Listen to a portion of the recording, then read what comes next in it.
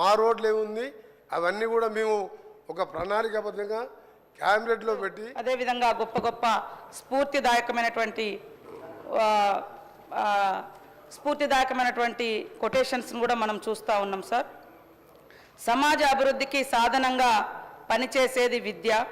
ఆర్థిక సామాజిక అంతరాలను విద్య ద్వారానే తొలగించబడతాయి. ప్రభుత్వ రంగంలో విద్య అందించినప్పుడే ఇది సాధ్యం అవుతుంది. సమాజంలో ఆలోచించే శక్తిని, కదిలించే శక్తిని, పురోగమించే శక్తిని విద్య పెంపొందిస్తుంది. సమాజ మార్పుకు దోహదపడుతుంది. అందుకే ప్రభుత్వ విద్య బలోపేతం కోసం మా ప్రజాప్రభుత్వం సీఎం రేవంత్ రెడ్డి గారి నాయకత్వంలో బలంగా కృషి చేయడం జరుగుతుంది సార్. ఈ దేశంలో ముఖ్యంగా ఈ దేశంలో అక్షరాస్యత 1947లో చూసినప్పుడు 12% ఉండే సార్. కానీ ఇప్పుడు 77% మరి ఈ యొక్క అక్షరాస్యత పెరగడానికి వివిధ సందర్భాల్లో కాంగ్రెస్ ప్రభుత్వం తీసుకున్నటువంటి గొప్ప గొప్ప మార్పులు ఈ యొక్క అక్షరాస్యత పెరగడానికి కారణమైంది అధ్యక్ష. వేల ఏండ్ల వెలివేతకు వేలి ముద్ర సాక్ష్యం అన్నట్లుగా దేశంలో విద్య పొందే అవకాశం అందరికీ రాలేదు. తరతరాలుగా కొన్ని వర్గాలకే విద్య పరిమితమైంది. దేశ స్వతంత్రం వచ్చిన తర్వాత మరి ఆనాటి జవహర్లాల్ నెహ్రూ గారు, డాక్టర్ బిఆర్ అంబేద్కర్ గారు ఇలా ఎందరో మహనీయులు సంస్కరణలను తీసుకురావడంతో ఈరోజు విద్య అనేది అందరికీ అందుబాటులోకి రావడం జరిగింది అధ్యక్ష. యూపీఏ ప్రభుత్వంలో అయితే మరి ఏకంగా నిర్బంధ విద్యను కూడా అమలు చేయాలని చట్టం కూడా తీసుకురావడం జరిగింది అధ్యక్ష. కాబట్టి ఈరోజు మనం చూస్తే తరతరాలుగా దేశంలో విద్యాపరంగా నెలకొన్నటువంటి వివక్షతను రూపుమాపేందుకు మరి గతంలో తీసుకున్నటువంటి అనేక గొప్ప సంస్కరణలతో పాటు ఈరోజు ప్రజాప్రభుత్వం వచ్చిన వెంటనే అనేక రంగాల్లో అనేక రూపాల్లో మరి వెంటాడినటువంటి ఇబ్బందులను తొలగించి ఒక నాణ్యమైనటువంటి విద్యను విద్యార్థులకు అందించి ఈ దేశ భవిష్యత్తును తరగతి గదుల్లోనే ఉంటుంది అనడానికి నిదర్శనంగా ఏదైతే బడులు ఉంటాయో ఆ బడులను గొప్పగా తీర్చిదిద్దాలనేటువంటి లక్ష్యంతో మన ప్రభుత్వం పనిచేస్తుంది అధ్యక్ష. మీకు తెలియంది కాదు, మనలాంటి అట్టడుగు వర్గాల నుంచి వచ్చినటువంటి వాళ్ళము గతంలో మరి విద్యని అందని ఒక ద్రాక్షలాగా ఉండేది. కానీ ఆ విద్యను ఎవరైతే అభ్యసిస్తారో వాళ్ళ చెవులలో సీసం పోసినటువంటి పరిస్థితి మనం చూసినాం. చరిత్ర మనం చెప్తుంది, ఏకలవ్యుడు లాంటి గొప్ప మరి విజ్ఞానులు అంటే గొప్ప నాలెడ్జ్ ఉన్నటువంటి వాళ్ళ యొక్క బొటన వేలు కూడా కోల్పోవలసినటువంటి చరిత్ర ఆనాటి మను సంస్కృతి మూలంగా మనం ఎదుర్కొన్నటువంటి విషయం సార్. ఐకాన్ ఆఫ్ నాలెడ్జ్ అంటే అంబేద్కర్ గారు. ఈ యొక్క గొప్ప ప్రజాస్వామ్యాన్ని ఇవాళ మనం అనుభవిస్తున్నామంటే, రాజ్యాంగం మనకి ఇంత గొప్ప హక్కులు ఇచ్చిందంటే దానికి మరి కారణమైనటువంటి ఒక దళిత బిడ్డ ఈరోజు ఇంత గొప్ప రాజ్యాంగాన్ని రచించినటువంటి వ్యక్తి మహనీయుడు డాక్టర్ బిఆర్ అంబేద్కర్ గారు. చదువుకోవడానికి కనీసం తరగతి గదుల్లోకైనా ఆ రోజులలో ప్రవేశం లేనటువంటి పరిస్థితి సార్. సో ఇట్లా మహాత్మా జ్యోతిరావు పూలే కావచ్చు, బాపూజీ గారు కావచ్చు, నెహ్రూ గారు కావచ్చు, మరి మొదటి దేశ విద్యాశాఖ మంత్రిగా పనిచేసినటువంటి మౌలానా అబుల్ కలాం ఆజాద్ వంటి ఎంతోమంది మహనీయులు విద్యను అందరికీ అందించడం కోసం కృషి చేయడం జరిగింది అధ్యక్ష. ఈరోజు మన ప్రభుత్వం వచ్చే నాటికి మరి అందరికీ తెలుసు, కిటికీలు పలిగిపోయి, డోర్లు విరిగిపోయి, మరి కప్పులు కింద పడుతూ, బాత్రూమ్ లేక ఇట్లా అనేక సమస్యలతోటి సంక్షోభంలో కూరుకుపోయినటువంటి విద్యా వ్యవస్థ మీద సీఎం రేవంత్ రెడ్డి గారు మరి ప్రత్యేకంగా ఆ శాఖ ద్వారా వారు కొన్ని మౌలికమైనటువంటి మార్పులు తీసుకురావడం కోసం కృషి చేయడం జరుగుతూ ఉంది సార్. ఈరోజు దానిలో భాగంగానే తెలంగాణ ప్రభుత్వంలో 3751 రెసిడెన్షియల్ పాఠశాలలను, అదేవిధంగా 25,941 సాధారణ పాఠశాలను రాష్ట్ర వ్యాప్తంగా నడుపుతున్నది. నాణ్యమైన విద్యను అందించడం, సమగ్ర అభివృద్ధికి అనుకూలమైన వాతావరణాన్ని వారికి సమకూర్చడం ఈ సంస్థ యొక్క ప్రధాన లక్ష్యం. అణగారిన వర్గాల పిల్లలకు నాణ్యమైన సంపూర్ణమైన విలువలతో కూడినటువంటి విద్యను అందించే అత్యాధునిక విద్యా సంస్థలు నిర్మించడం, తద్వారా రాష్ట్ర భవిష్యత్ కోసం పౌరులను తయారు చేయడం ఈ ప్రభుత్వం యొక్క లక్ష్యము ఉద్దేశము అని తెలియజేస్తా ఉన్నా అధ్యక్ష. 2024-25లో మరి గత కొన్ని సంవత్సరాలుగా మనం చూస్తే అంటే రోజు రోజుకు అన్ని వస్తువులు పెరిగినాయి, కానీ విద్యార్థులకు తదనుగుణంగా పెరుగుతున్నటువంటి నిత్యావసర వస్తువులకు అనుగుణంగా మనము గతంలో రేట్లు పెంచలేనటువంటి పరిస్థితి. 16 సంవత్సరాల తర్వాత 200% మరి కాస్మెటిక్ ఛార్జెస్ పెంచినటువంటి ఘనత ఈనాటి ప్రజాప్రభుత్వం అధ్యక్ష. అదేవిధంగా మరి డైట్ ఛార్జెస్ కూడా 40% డైట్ ఛార్జెస్ కూడా పెంచడం జరిగింది. ఈ యొక్క పెంపుదలకు ప్రత్యేకంగా ఒక మార్పు కోసం మరి సీఎం రేవంత్ రెడ్డి గారు ఈ విప్లవాత్మకమైనటువంటి మార్పు తీసుకొచ్చి పిల్లలకు మంచి భోజనం, మంచి విద్య, మంచి అవకాశాలు కల్పించాలన్నటువంటి ప్రయత్నం చేస్తున్నందుకు ఒక ట్రైబల్ హాస్టల్స్ నుంచి వచ్చినటువంటి విద్యార్థులుగా మేము కూడా వారికి ప్రత్యేకంగా ధన్యవాదాలు తెలియజేస్తా ఉన్నాం అధ్యక్ష. ఈరోజు చూస్తే 1వ తరగతి నుంచి 7వ తరగతి వరకు 2017 వరకు 950 రూపాయలు ఉండే అధ్యక్ష. అది ఇప్పుడు 1300 డైట్ ఛార్జెస్ 1330 పెరిగింది అధ్యక్ష. 8వ తరగతి నుంచి 10వ తరగతి వరకు మరి 1100 ఉండే అధ్యక్ష. ఈరోజు 1540 రూపాయలు ఒక్కో విద్యార్థికి నేటి ప్రభుత్వం ఖర్చు పెడుతుంది అధ్యక్ష. ఇంటర్ నుంచి పీజీకి 1500 రూపాయలు 17లో ఉంటే ఈరోజు 2100 రూపాయలు మరి ఈనాటి ప్రభుత్వం ఖర్చు పెట్టడం జరుగుతుంది అధ్యక్ష. ఇట్లా ప్రతి దగ్గర మనము విద్యార్థులకు నాణ్యమైనటువంటి భోజనాన్ని అందించాలనేటువంటి లక్ష్యంతో ఇది పెంచుకోవడం జరిగింది అధ్యక్ష. సవరించిన కాస్మెటిక్ ఛార్జెస్ కూడా మరి చూస్తే 3వ తరగతి నుంచి 7వ తరగతి వరకు బాలికలకు 2008 వరకు 55 రూపాయలు ఉంటే అది 175 రూపాయలు నేటి ప్రజాప్రభుత్వంలో సీఎం రేవంత్ రెడ్డి గారి యొక్క శాఖ ద్వారా సీఎంగా వారు ఇది నిర్ణయం తీసుకొని ఇది పెంచడం జరిగింది అధ్యక్ష. బాలికలు 8వ తరగతి నుంచి 10వ తరగతి మరియు 8 నుండి 10 మరియు 11 సంవత్సరాల వయసు పైబడిన బాలికలు 75 రూపాయలు 2008లో ఉంటే ఈరోజు కాస్మెటిక్ ఛార్జెస్ వచ్చి 275 రూపాయలు పెరిగినాయి అధ్యక్ష. అదేవిధంగా 3వ తరగతి నుంచి 7వ తరగతి వరకు బాయ్స్ హెయిర్ కటింగ్ ఛార్జెస్తో పాటు గతంలో 62 రూపాయలు ఉంటే ఇప్పుడు 150 రూపాయలు పెరగడం జరిగింది అధ్యక్ష. 8th నుండి 10th వరకు మరియు 11 ఇయర్స్ పైబడినటువంటి అబ్బాయిలకు హెయిర్ కటింగ్ ఛార్జీతో పాటు గతంలో 62 రూపాయలు ఉంటే ఇప్పుడు 200 రూపాయలు పెరగడం జరిగింది అధ్యక్ష. ఈ మధ్యకాలంలో మనం చూస్తే మరి ఫుడ్ పాయిజన్ కానీ అస్వస్థత రకరకాల చర్చలు కూడా వచ్చినాయి, కొన్ని జరిగిన మాట కూడా వాస్తవం. అయితే ఇది ఈ ప్రజాప్రభుత్వం వచ్చినాకనే జరిగిందనేది అవాస్తవం. ఇది చాలా సంవత్సరాలుగా ఇది కొనసాగుతుంది. గత 10 సంవత్సరాల్లో కూడా పెద్ద ఎత్తున బల్లి పడ్డది, వానపాం పడ్డది, అదేవిధంగా జెర్రీ పడ్డది, ఇట్లా అనేకంగా కూడా మరి వేల మంది అస్వస్థకు గురైన మాట వాస్తవం. ఏదేమైనా ఇలాంటి సిచ్యువేషన్ వచ్చే రోజులలో రాకూడదు, ఇది అంతం కావాలి అనేటువంటి లక్ష్యంతో ఒక పెను మార్పులను తీసుకురావాలన్నటువంటి ఉద్దేశంతో మరి మన ప్రభుత్వం ఆహార భద్రతా కమిటీ అదేవిధంగా టాస్క్ ఫోర్స్ ఏర్పాటు కూడా చేయడం జరిగింది అధ్యక్ష. ఆహారం కల్తీ కాకుండా నిరోధించడానికి, విద్యార్థులకు సురక్షితమైనటువంటి పరిశుభ్రమైనటువంటి ఆహారం అందేలా చూడడానికి ప్రభుత్వం రాష్ట్ర స్థాయిలో టాస్క్ ఫోర్స్ను, సంస్థాగత స్థాయి ఆహార భద్రత కమిటీలను కూడా ఏర్పాటు చేసింది అధ్యక్ష. ఆహార భద్రత కమిటీ నాణ్యత, పరిశుభ్రత పట్ల రోజువారీ పర్యవేక్షణ చేపడుతుంది. అక్కడ హెడ్ మాస్టర్ కానీ, ప్రిన్సిపాల్ కానీ, వార్డన్ తదితర వాళ్ళతోటి మరి సిబ్బందితో ఈ యొక్క ప్రమాణాలు సాధించడానికి, భవిష్యత్తులో అవాంఛనీయ సంఘటనలు జరగకుండా నివారించడానికి ఓరియంటేషన్ మరియు అవసరమైనటువంటి పద్ధతులను కూడా ఇవ్వడం జరిగింది అధ్యక్ష. Common diet, compulsory diet, standard operating procedure కూడా రాబోయే కాలంలో అమలు చేయాలని ఆల్రెడీ మన ప్రభుత్వం నిర్ణయం తీసుకొని మరి మొన్న మేమందరం కూడా ఎమ్మెల్యేలు కానీ, మంత్రులు కానీ, ఇతర ప్రజాప్రతినిధులు కానీ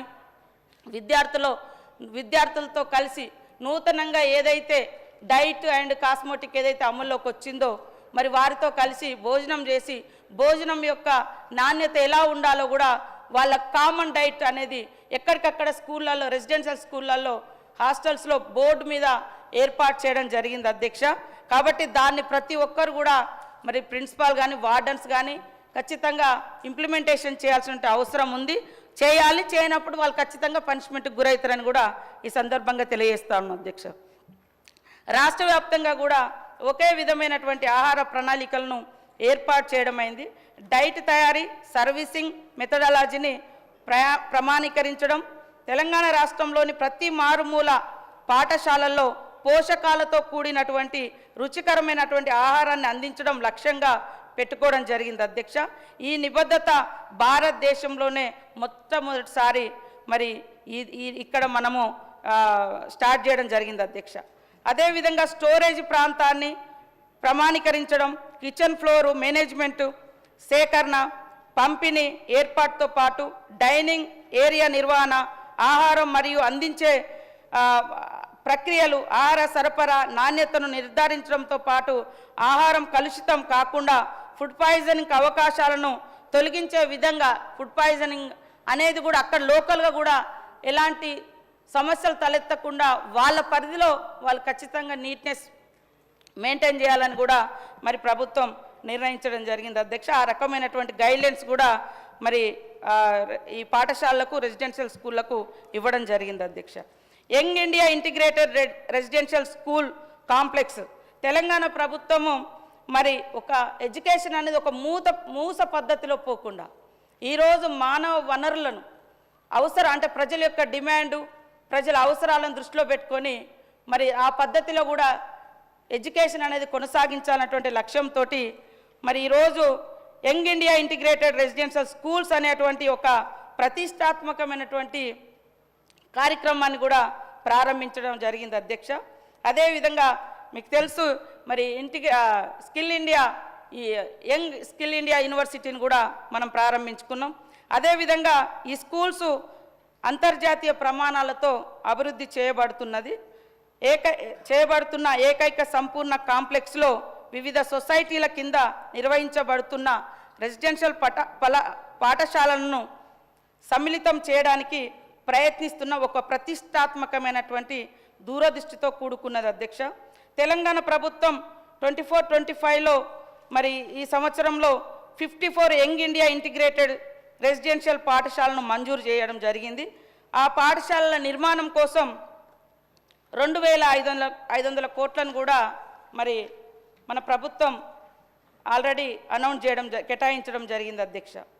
మరి ప్రభుత్వం వచ్చి రాగానే చాలా సమస్యలతో ఇబ్బంది పడుతున్నటువంటి స్కూళ్లను రిపేర్ చేయాలి, వాళ్లకు మౌలిక సదుపాయాలు కల్పించాలన్నటువంటి లక్ష్యంతో సీఎం రేవంత్ రెడ్డి గారు అమ్మ ఆదర్శ పాఠశాలను కూడా కమిటీలను కూడా ఏర్పాటు చేయడం జరిగింది. దాంట్లో ప్రధానంగా మహిళా గ్రూప్ సభ్యులతోటి ఆయా గ్రామాలలో ఉండేటువంటి పాఠశాల స్కూళ్ళల్లో అక్కడ లోకల్ ఎస్హెచ్సి గ్రూప్ మెంబర్స్ తోటి కమిటీస్ కూడా నిర్మించడం జరిగింది అధ్యక్ష.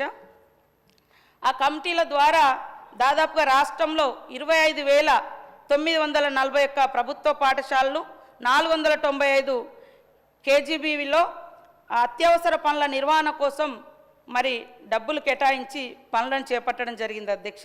అందులో తాగునీటి సౌకర్యాలను కల్పించడం, తరగతి గదుల విద్యుద్దీకరణ, చిన్న తరహా మరమ్మతుల పనులు, ప్రస్తుతం ఉన్న నిర్వహణలో ఉనికిలో లేని మరుగుదొడ్ల పునరుద్ధరణ, వీటి నిర్వహణ, బాలికల మరుగుదొడ్ల నిర్వహణ, ఈ పనులను చేపట్టడం జరిగింది అధ్యక్ష.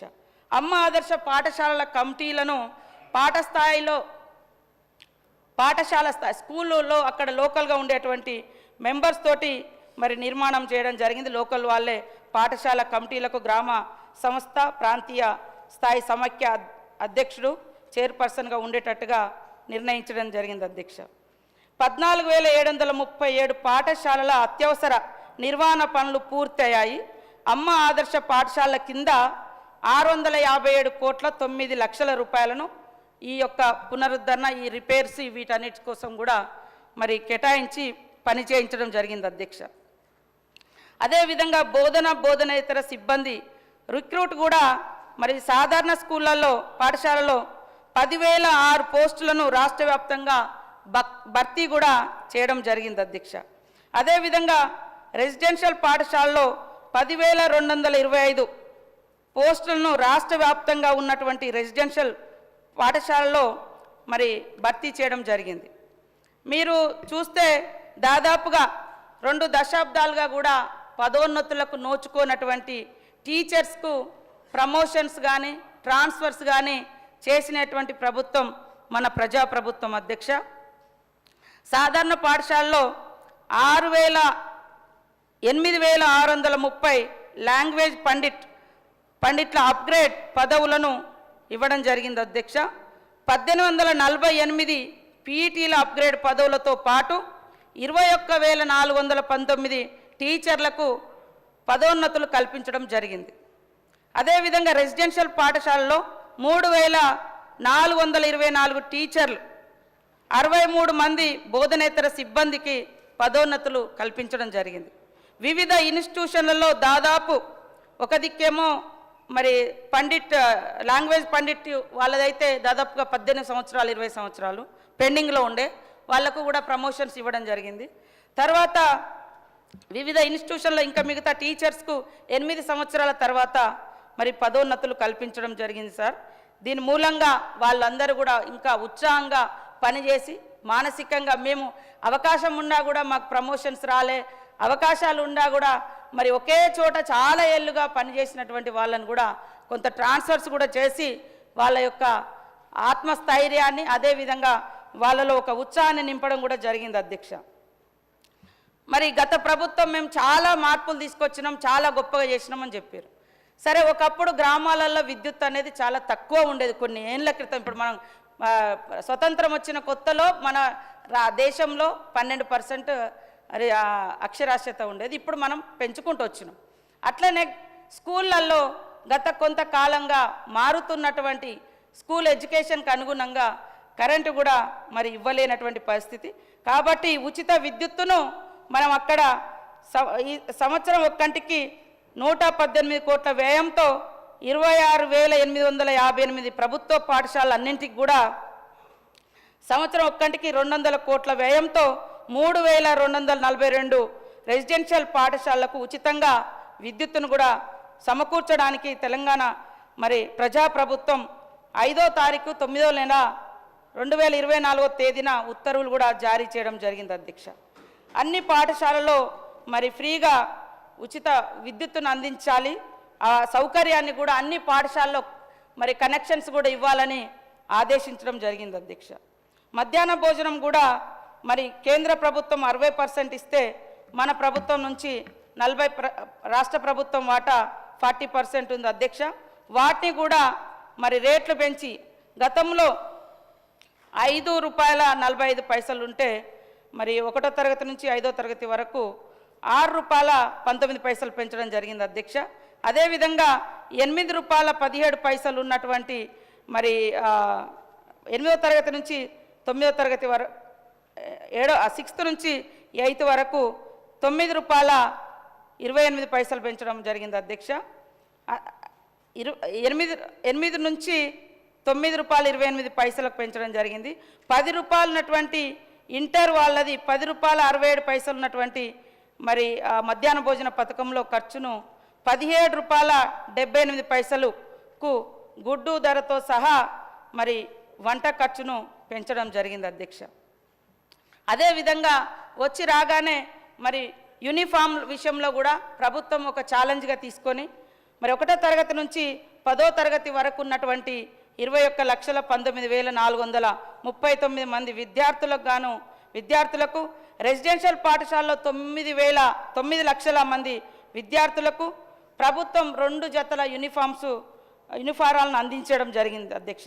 ముఖ్యంగా గతంలో కుట్టుగూలి ₹50 ఉండే, కానీ మధ్య దళారులు కూడా ఎంటర్ కాకుండా ఈ యొక్క కుట్టు పని కూడా మహిళా సంఘాలకు ఇచ్చి మహిళలను బలోపేతం చేయాలని ₹50 ఉన్నటువంటి మరి యూనిఫామ్ రేటును ₹75 కూడా మన ప్రభుత్వంలో సీఎం రేవంత్ రెడ్డి గారు పెంచడం జరిగింది అధ్యక్ష. తద్వారా 30,000 మంది సభ్యులకు లబ్ధి జరిగింది అధ్యక్ష. 30,000 మందికి ఇందులో లబ్ధి పొందడం జరిగింది. అదేవిధంగా మరి రాష్ట్రంలో ఫస్ట్ టైం స్కూళ్ళ నిర్వహణ, గతంలో చూస్తే స్కూళ్ళ నిర్వహణ గ్రామ పంచాయతీలకు ఒప్పజెప్పేది అధ్యక్ష. గ్రామ పంచాయతీలకు కూడా వాళ్ళ నిర్వహణ ఒక స్పెషల్ ఫండ్ అనేది లేకపోవడంతో నిర్వహణ అనేది అస్తవ్యస్తంగా ఉండే. సో ఇప్పుడు రాష్ట్రంలో మొట్టమొదటిసారి మరి అన్ని ప్రభుత్వ మరియు స్థానిక సంస్థ మోడల్ స్కూళ్ళకు కూడా 2024-25లో సంవత్సరంలో స్కూల్ ఫెసిలిటీ మెయింటెనెన్స్ గ్రాంట్ను మన ప్రభుత్వం మంజూరు చేసింది అధ్యక్ష. ఈ గ్రాంట్స్ ద్వారా మరుగుదొడ్లను శుభ్రపరచడం కానీ, మొక్కలు పెంచడం కానీ, మొక్కలకు నీరు పోసుకోవడం కానీ, పాఠశాల ఆవరణను శుభ్రపరచుకోవడం కానీ, వాళ్ళకు లోకల్గా అంటే స్కూల్ ప్రెమిసెస్లో ఎలాంటి అవసరాలు ఉంటాయో సౌకర్యవంతంగా ఉండేందుకు నీట్నెస్ కోసం మరి విద్యార్థుల ప్రయోజనాల కోసం కూడా ఈ యొక్క గ్రాంట్ను మన ప్రభుత్వం కేటాయించడం జరిగింది అధ్యక్ష. పాఠశాల పారిశుద్ధ్య నిర్వహణ మెరుగుదల కోసం ప్రభుత్వం ఇప్పుడు 136 కోట్ల 10 లక్షల మొత్తాన్ని మంజూరు చేయడం జరిగింది. ఈ యొక్క డబ్బులను ఎస్హెచ్జి గ్రూపుల ద్వారానే, ఎందుకంటే అమ్మ ఆదర్శ పాఠశాలలు మనం పెట్టడం జరిగింది కాబట్టి వాళ్ళ బిడ్డలే అక్కడ చదువుకుంటారు. సో వాళ్ళకి ఇవ్వడం ద్వారా ఒక స్పెషల్ కేర్ కూడా తీసుకుంటారనే ఉద్దేశంతో ఈరోజు మన ప్రభుత్వము వారికి కేటాయించడం జరిగింది అధ్యక్ష. కాబట్టి మరి ఏ ఒక్కటి కూడా గతంలో పెండింగ్లో ఉన్నటువంటి అనేక సమస్యలు కానీ, డబ్బుల కేటాయింపు కానీ, గురుకులాలకు కూడా గతంలో కొన్ని పెండింగ్ బిల్స్ అవన్నీ ఉన్నా కూడా మన ప్రభుత్వంలో క్లియర్ చేసి ఇలా విద్యార్థులు ఈ దేశ భవిష్యత్తు కాబట్టి వాళ్ళు ఈ దేశ మానవ వనరులు అనేటువంటి లక్ష్యంతో విద్యా వ్యవస్థను పటిష్టపరచాలన్నటువంటి లక్ష్యంతో ఈ ప్రభుత్వం ముందుకెళ్తుంది అధ్యక్ష. అదేవిధంగా ఒక విద్యార్థిగా నేను కూడా ఒక మావర్మూల గ్రామాల నుంచి వచ్చి నిత్య విద్యార్థిగా recently I completed my LLM with successful sir. ఈ మధ్యనే ఉస్మానియా యూనివర్సిటీ నుంచి కూడా నేను ఎక్కడో ఉద్యమాల నుంచి వచ్చి చదువు అనేది చాలా ఇంపార్టెంట్ అనేది నేను నా జీవితంలో నేర్చుకున్న అంశం సార్. మనతోటి అన్నీ పోయినా కూడా జ్ఞానం కానీ చదువుకున్నది కానీ ఎవరు గుంజుకోలేనిది. మన జీవితంలో అనేక మార్పులు, మన రకరకాల వ్యక్తులు, వ్యవస్థలు, పదవులు వస్తుంటాయి పోతుంటాయి, కానీ ఇది మాత్రం పక్కాగా ఎడ్యుకేషన్ అనేది మనతో ఉంటుంది. వేల మందికి మనకున్న జ్ఞానాన్ని పంచవచ్చు. సో అట్లాంటి మానవ వనరులను మనం తయారు చేయాలన్నటువంటి లక్ష్యంతో ఈరోజు ప్రభుత్వం పనిచేస్తూ ఉంది అధ్యక్ష. దానిలో భాగంగానే మేము ఆ ప్రాంతాల నుంచి, ఆ మారుమూల గిరిజన ప్రాంతాల నుంచి వచ్చి ఇప్పటికి కూడా చదువుకోవాలన్నటువంటి తపనతో ఉన్నటువంటి విద్యార్థులకు మాలాంటి వాళ్ళం కూడా చెప్పుకుంటూ ఉంటాం, అరే మేము ఇంకా మా చదువులు ఆపలేదు, ఇంకా చదువుకుంటున్నాం, మీరు బలంగా చదువుకోండి. దానికి బలహీనమైనటువంటి ఆహారం ఉంటే వాళ్ళు నిజంగా ఆకలి ఎంత ఇబ్బంది పెడుతుందో తెలుసు కాబట్టి అలాంటి పరిస్థితి ఉండకూడదనే ఉద్దేశంతో ఈయన మన ప్రభుత్వం మరి ఈ అన్ని డైట్ ఛార్జెస్ కానీ, కాస్మెటిక్ ఛార్జెస్ కానీ పెంచి ఈ ఫుడ్ పాయిజన్ లాంటివి కూడా ఘటనలు జరగకుండా ఎక్కడికక్కడ టాస్క్ ఫోర్స్ కమిటీ కానీ, ఆహార భద్రతా కమిటీ కానీ ఇవి ఏర్పాటు చేస్తూ మిగతా అందరి యొక్క సహాయ సహకారాలతోటి ఏం చేసినా మనం పిల్లల భవిష్యత్తు మనం అంటాం, మనం ఏం చేసినా ఎందుకోసమయ్యా, నీ పిల్లల భవిష్యత్తు కోసమే. సో ఈ దేశ భవిష్యత్తు మన పిల్లల చేతిలో ఉంటుంది కాబట్టి ఈ పిల్లల్ని అద్భుతంగా రాణింప చేసేందుకు అధికార ప్రతిపక్షం అనే తేడా లేకుండా అందరం సమదృష్టితో, సమన్వయంతో మన విద్యాలయాలను, అదేవిధంగా మన విశ్వవిద్యాలయాలను అన్నింటిని కూడా సక్సెస్ఫుల్గా తీర్చిదిద్దే విధంగా అందరూ సహకరించాల్సిన అవసరం ఉందని తెలియజేస్తూ నాకు ఈ అవకాశం ఇచ్చిన మీకు ప్రత్యేక ధన్యవాదాలు. నమస్కారం. గౌరవ సభ్యులు గంగుల కమలాకర్ గారు.